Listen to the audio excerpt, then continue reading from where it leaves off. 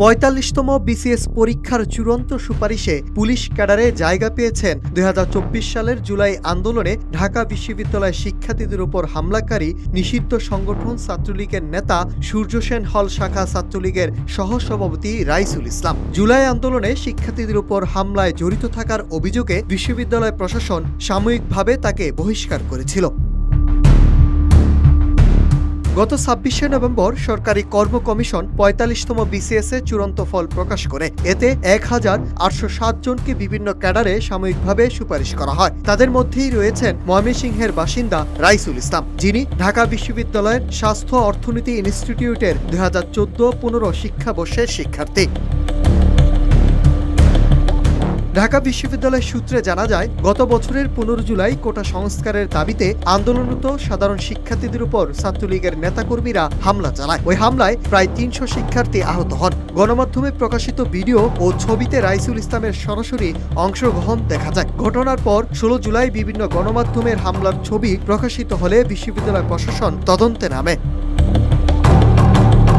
পরবর্তীতে ১৭ মার্চ জুলাই গণ অভ্যুত্থান চলাকালীন হামলা সংক্রান্ত তথ্য অনুসন্ধান কমিটির প্রতিবেদনের ভিত্তিতে বিশ্ববিদ্যালয় সিন্ডিকেট সভায় মোট ১২৮ শিক্ষার্থীকে সাময়িক বহিষ্কার করা হয়। বহিষ্কৃতদের তালিকায় ৭২ নম্বরে ছিলেন রাইসুল ইসলাম।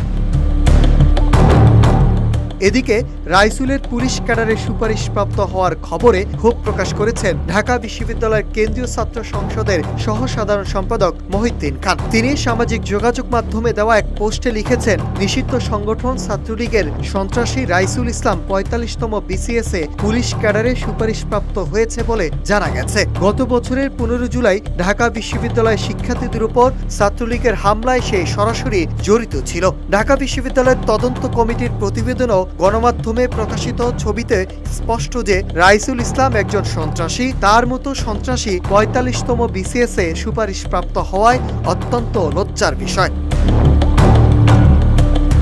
মহিউদ্দিন খান দাবি করেন, রাইসুল ইসলামকে অবিলম্বে গ্রেপ্তার করে তাকে আইনের আওতায় নিয়ে আসতে হবে। তার মতো সন্ত্রাসীর বিসিএস পুলিশ ক্যাডারে সুপারিশপ্রাপ্ত হওয়ার জন্য সরকারি কর্ম কমিশন সহ যারা এই সুপারিশ প্রক্রিয়ায় জড়িত ছিল তাদেরকে জবাবদিহিতার আওতায় আনতে বিভাগীয় তদন্ত কমিটি গঠন করতে হবে। তিনি আরও বলেন, অন্তর্বর্তীকালীন সরকারের প্রতি আহ্বান জানাচ্ছি, আপনারা প্রশাসনের কর্মকর্তা ও আইন শৃঙ্খলা বাহিনীর মধ্যে থাকা ফেসিবাদের দোসরদের চিহ্নিত করুন এবং দেশবিরোধী ষড়যন্ত্রে লিপ্ত থাকার জন্য অবিলম্বে তাদের আইনের আওতায় নিয়ে আসুন। Nahid Hasan, news desk, Ittefaq.